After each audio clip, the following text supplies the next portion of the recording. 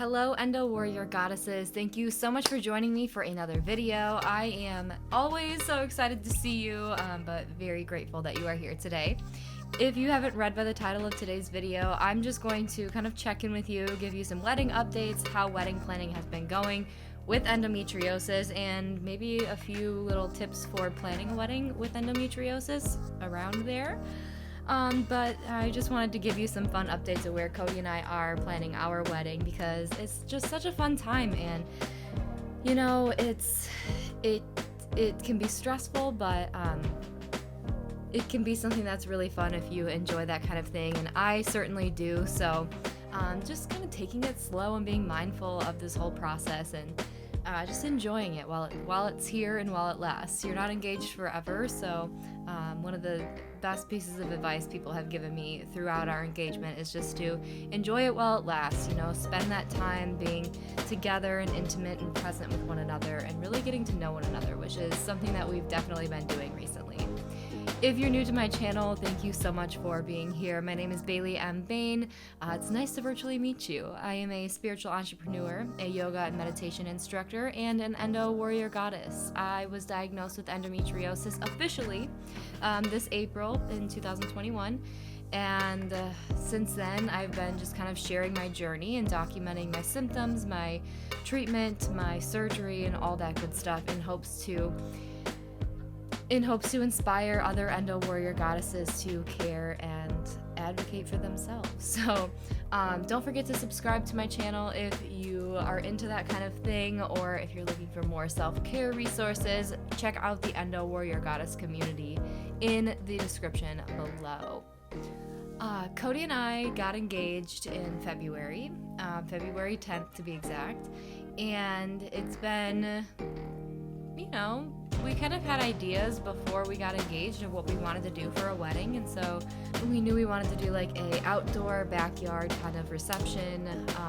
We are both cannabis advocates, so we wanted to make sure that our wedding was cannabis friendly, and a lot of the venues that we were speaking to and speaking with were not okay with that kind of thing, and so it just solidified the whole backyard thing a lot more for both of us.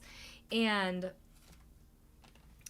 my mom actually has a decent sized backyard, and it's got lots of big full-grown pine trees, so we are talking about, instead of doing a tent, setting up some like sun sails across the trees so that we just have kind of coverage in the backyard and lots of twinkling lights, and make it just a super organic and natural outdoor reception. If you are in Michigan and you're familiar with Stony Creek, we booked our ceremony venue at Stony Creek, and we are planning to get married under the trees at Sheldon Pines. And I'm so excited. It's such a beautiful spot. When Cody and I went and checked it out, there was a little red cardinal that was just kind of hanging out in the trees there, and it was that sign and that synchronicity that was just like, this is it. We both knew right away, like, this is just so peaceful and beautiful, and I couldn't imagine a more serene and intimate space to exchange my vows with the love of my life. And when we went there together, it just felt like this beautiful, magical moment between us, and I'm just really looking forward to that day. I am someone who loves to plan. I am very OCD, attention to detail. I have a degree in art direction, so everything I like is pristine and perfect. But I'm very nice about the way that I conduct myself, so I don't think I'm going to be a bridezilla, but please, if anyone's watching this and disagrees, just let me know. But it's nice because we have a lot of friends who are in the industry, and a lot of people that we know already or have connections with, and so pretty much everything that we are doing is local. And so we love to support local businesses, support small businesses, and that is exactly the direction that we're heading. We have a local barbecue restaurant that we are going to have cater for us. I met a local woman who is going to be our day of coordinator. So like I said, I love attention to detail, but I wanted someone to be able to make sure everything goes smoothly on the day of so that I don't have to worry about it, my bridesmaids and my parents don't have to worry about it, and everybody can just be present and have a good time. So I hired a day of coordinator, and then we have ideas of like everything else that we want to do. We just have to book it. I went and tried on wedding dresses at a few different places. Okay, I love all of them, so I'm gonna walk you through my dress try-on experience. So I met with a designer at dressanomaly.com, and we put together a custom sketch. This was honestly like 2 months after I got engaged, or 2 weeks after I got engaged, I mean. And we put together a custom sketch of exactly what I had in mind for my wedding dress, and I was absolutely in love with the sketch. So I was kind of carrying it around with me like, this is what I'm going to have made, this is my dress, like it's going to be custom made, and it was at this price, and it was a really good price. Also, right after we got engaged, I saw on a Facebook group that a lot of brides were having super good luck with this one bridal shop in Brighton. And so I booked an appointment for like 6 months in advance from there, or 3 months in advance, however long it was. And the time was coming for that appointment, and I just said, you know what? Honestly, I went into it thinking I was going to cancel it, but I said, I don't have anything going on that day, so I'm just going to go in. It'll be fun to try on some dresses. I had no expectations of being able to find what I wanted. And we pulled everything that matched the description of what I thought I wanted. And then at the end of trying those dresses on, nothing really stood out to me, so I was prepared to kind of just walk out of there and leave. And my stylist had said, I found one dress that has the one feature that you weren't able to find on any of the other dresses that you wanted, but it doesn't hit the rest of the boxes for you. And I said, okay, well, let me just, let's see it. Let's try it on. And I saw it, and I was like, oh, wow. It's a beautiful dress. But it wasn't until I put that dress on that I saw myself in the mirror and just, when you know. And I asked if we could alter it to be what I would want, and she said, let me get a price quote on that for you, and make sure that we can before I tell you yes or no. And it was one of those things. I looked in the mirror and I saw it and I went, ooh. And I had 4 people in the shop start to come over and circle, like, I heard oohs, what's she wearing? And everyone was like, that dress suits you so well. And I felt the same exact way. I turned around, and then that's when I realized the back was kind of what I was envisioning. And she asked me if I wanted to try on a veil. And I said, I'm not really sure about a veil, but I've been thinking about like capes, or like those little things that just kind of attach to the shoulders of the dress. And she said, oh, those are called train streamers. I have a couple of those. Let me go grab them for you. And she put those train streamers on me, and when I looked in the mirror, I cried. And I feel like when you cry, that's how you know it's the one. And this was definitely the one for me. The detail on it was just absolutely astonishing. It was not something that was going to be able to be added to my custom-made dress, and that to me was like the icing on the cake.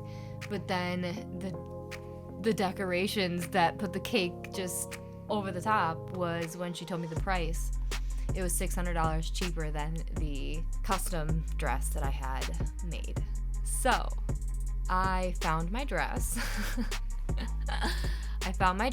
I am just kind of waiting on the next steps to be able to go back in and be sized and order it. And that is like the most exciting and fun part about it. Now I'll show you a couple of dresses that I did not end up purchasing, that were not the one, and these were at a couple of different shops too. I actually went into a David's Bridal earlier today just to kind of, I saw one dress I liked and I wanted to try it on, but it just wasn't it, you know when it's the one, and this wasn't it. So I did find the one, and trying this one on solidified that the dress I chose actually is the one, and I just can't stop looking at the picture of me in it, and I'm absolutely in love. So I'm very excited on that front. It's not what I thought it would be, but it is everything that I hoped it would be. And it makes me feel just so good about myself, and that's the most important thing, I think, So that's exciting. We're making lots of progress. We are talking with a photographer. I am talking with a videographer as well. And I feel like the bigger pieces are kind of solved, and now it's just a matter of funding and putting everything into place and all that good stuff. Weddings are expensive, and we booked our flowers as well, which is also very exciting. Super excited about what we put together. We're doing lots of pampas grass and dried floral arrangements. We are using Poppy, which is really cool because they're actually like a national company that kind of outsources local floral designers in your state and in your area. So they're almost like a third-party coordinator for the florals. And so far my booking with them has been just super. I love it. So I highly recommend Poppy. Yeah, lots of things are moving. It's a different process, a different experience. We chose our wedding date, which was very hard to do as somebody with endometriosis, because I really don't want to be in a flare-up on my wedding day. And honestly, when you plan a wedding that far in advance, because we're not getting married for another year, it's hard to know, like, am I going to be on my cycle that day? And what if I am? I don't know. So that's honestly terrifying. The other thing is just when you're experiencing pain and flare-ups once a month for a whole week, and you already can't do your job, a lot of times you are playing catch up with things that you weren't able to do when you felt down. So sometimes wedding planning kind of has to take the back burner, and that's why it's important to have help when you are planning a wedding.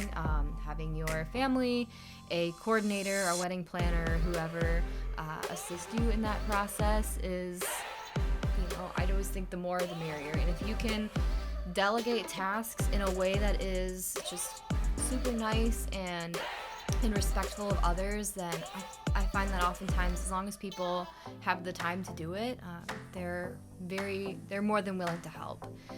And I think that we don't give people in our lives enough credit that they are willing to help as much as they are.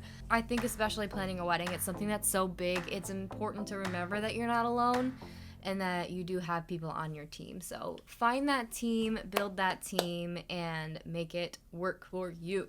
I am so excited. I fall in love with Cody more and more every single day, and I can't wait to spend the rest of my life with him. Yeah, that's pretty much all I have for today's video. I hope that you enjoyed this kind of stuff. Let me know in the comments below if you want to see more wedding updates as they come, and I will see you in the next video. Happy healing. Bye. Thanks for watching. Don't forget to subscribe for more videos. Join our Endo Warrior Goddess community by clicking the link in the description. And as always, I'll be back every Tuesday, Friday, and Sunday with more content.